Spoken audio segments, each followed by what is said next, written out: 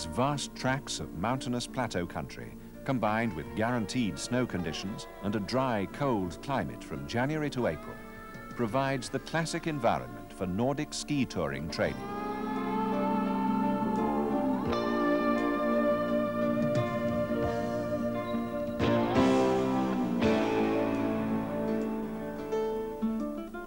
The British Outward Bound Centre in southern Norway at Gautestad specialises in running all types of Nordic ski training courses during the winter months for volunteer servicemen and women from all three services, from BAOR and UKLF.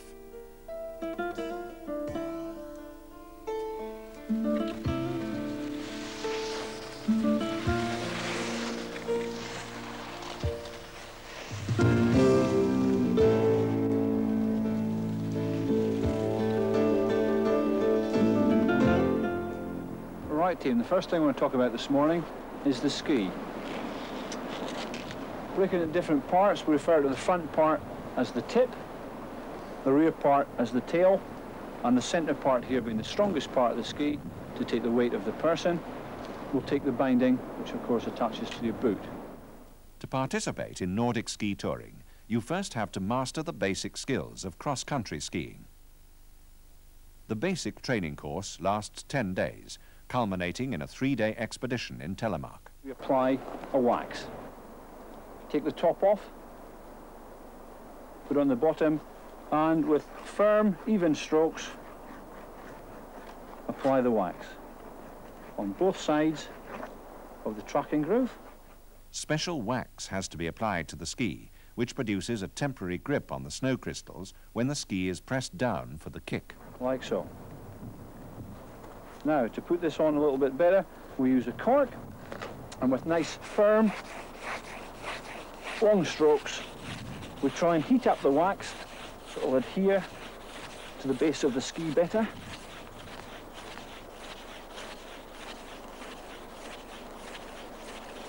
Like so.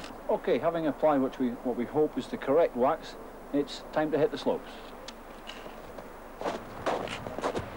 It's important that the toe of the boot beds into the binding correctly, so just clean the toe on the edge of your ski prior to putting it in the binding. Keep the heel high, you'll find it will go in easier, and clamp it down. Likewise with the other one. Clean the toe, clamp it down, like so. Very straightforward. The poles as well. As with the skis, we have the left and a right pole. You'll notice on the strop we have a wide part and narrow part and the buckle. The wide part goes to the outside of the hand. Very simple to put on. The hand goes up through the strop, pulls down on the strop with just the small part visible between the thumb and the forefinger. Same for the other pole, the wide part. Individuals are grouped according to their ability. The first 4 days are used to familiarize candidates with equipment and to improve technique.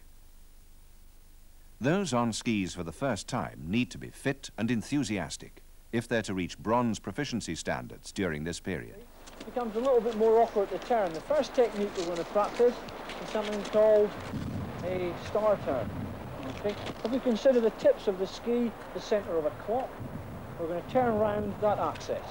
Very straightforward. The two methods of static turning taught at this stage are the star and kick turn. Small steps at a time. Keeping the poles out to the side. You don't impede the skis. The star turn, though not very difficult, helps candidates become accustomed to wearing two 2-metre planks on their feet. Right. Most of the time, for the first week, we're going to be working in tracks, so a very handy turn to be able to enable us to turn around to come back in when we're repeating certain techniques is the kick turn. Very straightforward. Poles behind. A little bit of weight on them for balance. Kick up and round, put close together, bring the other one round like so, parallel, then you pull. The kick turn is mostly used later for turning on a steep slope, when it proves too difficult for any other turn. Like so. Okay, give yourself a little bit of space and have a go.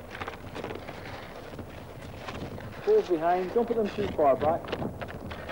Lean on them for balance. And stick that one round first. So you can have your poles leaning back a little bit more, as opposed to vertical. Okay.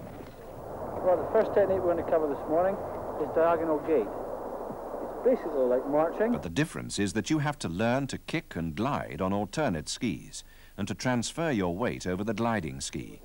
To learn more advanced techniques later on. I'm going to demonstrate going up 3 or 4 times. Without explaining it any further, I'd then like you to have a go at yourself from what you've seen. Walk this way. Get your skis running before you set off. The more effective the weight transference, the longer the glide, and therefore the less effort is required to move over long distances. As with all the techniques, the course instructor demonstrates the action first, and then asks the candidates to have a go. This enables the instructor to analyze faults and correct individual problems. Okay, any questions so far? Well then, what I'd like to do now is to go up and down 3 or 4 times so I can just have a look at you. Okay, off you go then. It also means that individuals can practice each technique for themselves and keep warm.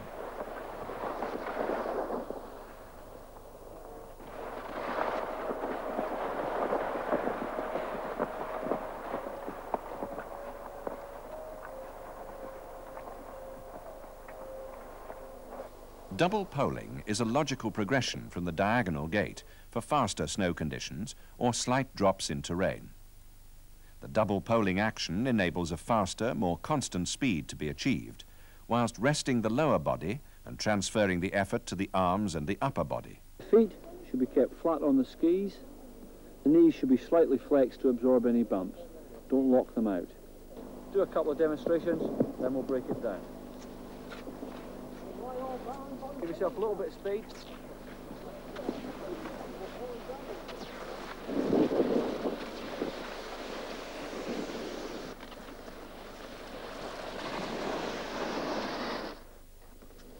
The whole concept of cross-country skiing, as the name implies, is to be able to cross varying terrain using varying techniques. The terrain may be uphill, downhill, on the flat. As enjoyable as the downhill runs are, there will come a time where you've got to go in the opposite direction, i.e. uphill. What we're going to cover now are a number of techniques to enable us to do that. It is important to learn the techniques for uphill climbing. Herringbone for gradual slopes and sidestepping as a last resort for the steeper terrain.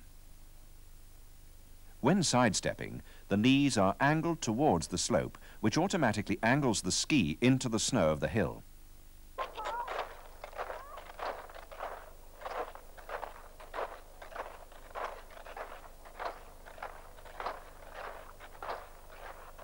What we're going to do now is a technique called herringboning, and we use this on perhaps a smaller gradient and a smaller hill to try and not break up a rhythm during our tours. You come out, get into position. The herringbone technique, as the name suggests, is the pattern or shape that is made with the skis. The steeper the slope gets, the wider the spread of the skis should be. At the same time, keeping the knees bent, which keeps the edges of the skis turned in for better grip. Lead off, Dave.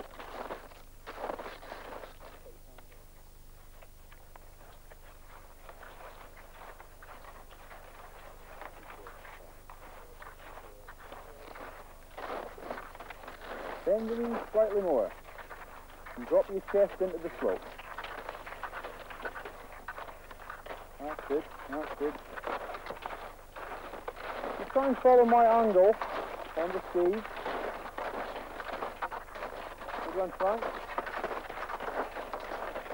Slow it down slightly, Chris. Slow it down. More angle on the skis, don't push your knees in. Knees into the slope.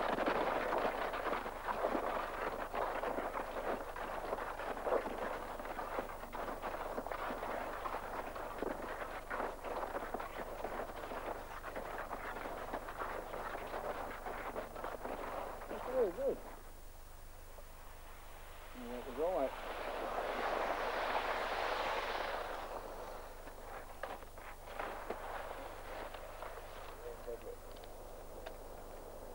Right team, that's what we're aiming for. Here comes the good point of cross-country skiing, the downhill part. The body weight should be over the center of the boots for downhill running. Knees bent, body relaxed, so any bumps, dips or tricky snow conditions don't throw you off balance. And just step.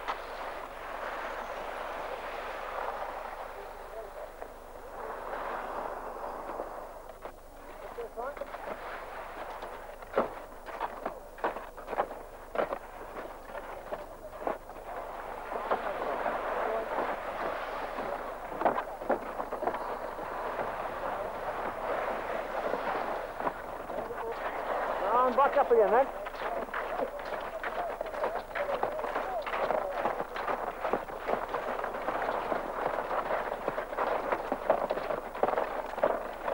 What we're going to go on to now is the snowplough glide and stop, which will give us a modicum of control in our descent, A in our speed and B in our direction. I'll go up, do the glide down and stop in front of you. The snowplow glide, stop and turning techniques are taught for use on pisted and hard snow conditions, but normally cannot be used in soft or deep snow. The more advanced techniques of step turning and telemark turn would be used off-piste by the proficient skier. Hands out to the side, knees in, edging the ski, upper body upright. And again, keep your tips a basket width apart. Any questions? Quite straightforward.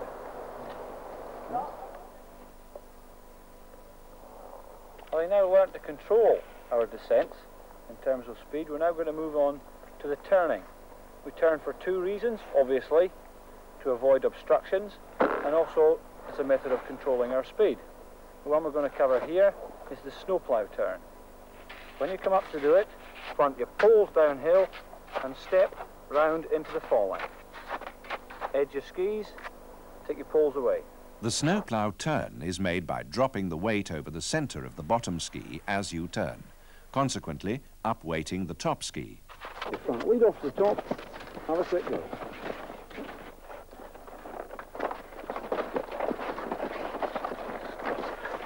Your poles downhill before you start and step round into place.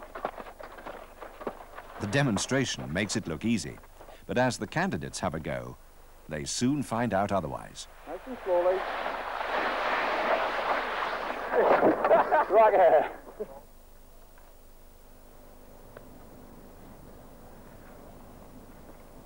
The varied terrain around Gauterstadt provides ideal conditions to teach and learn all the techniques required for Nordic ski touring. This slope is just right for the group to learn the art of traversing. We use this when we want to cross a slope without losing or gaining any height. The main points: feet kept flat on the skis,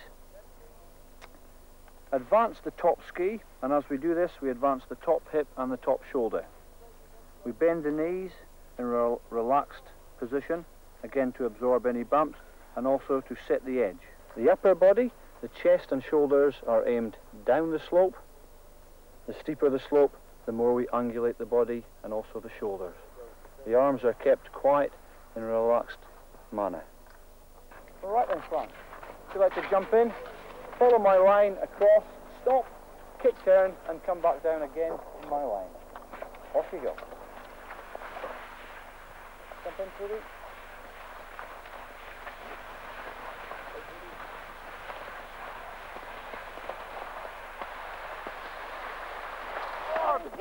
Go, go, go!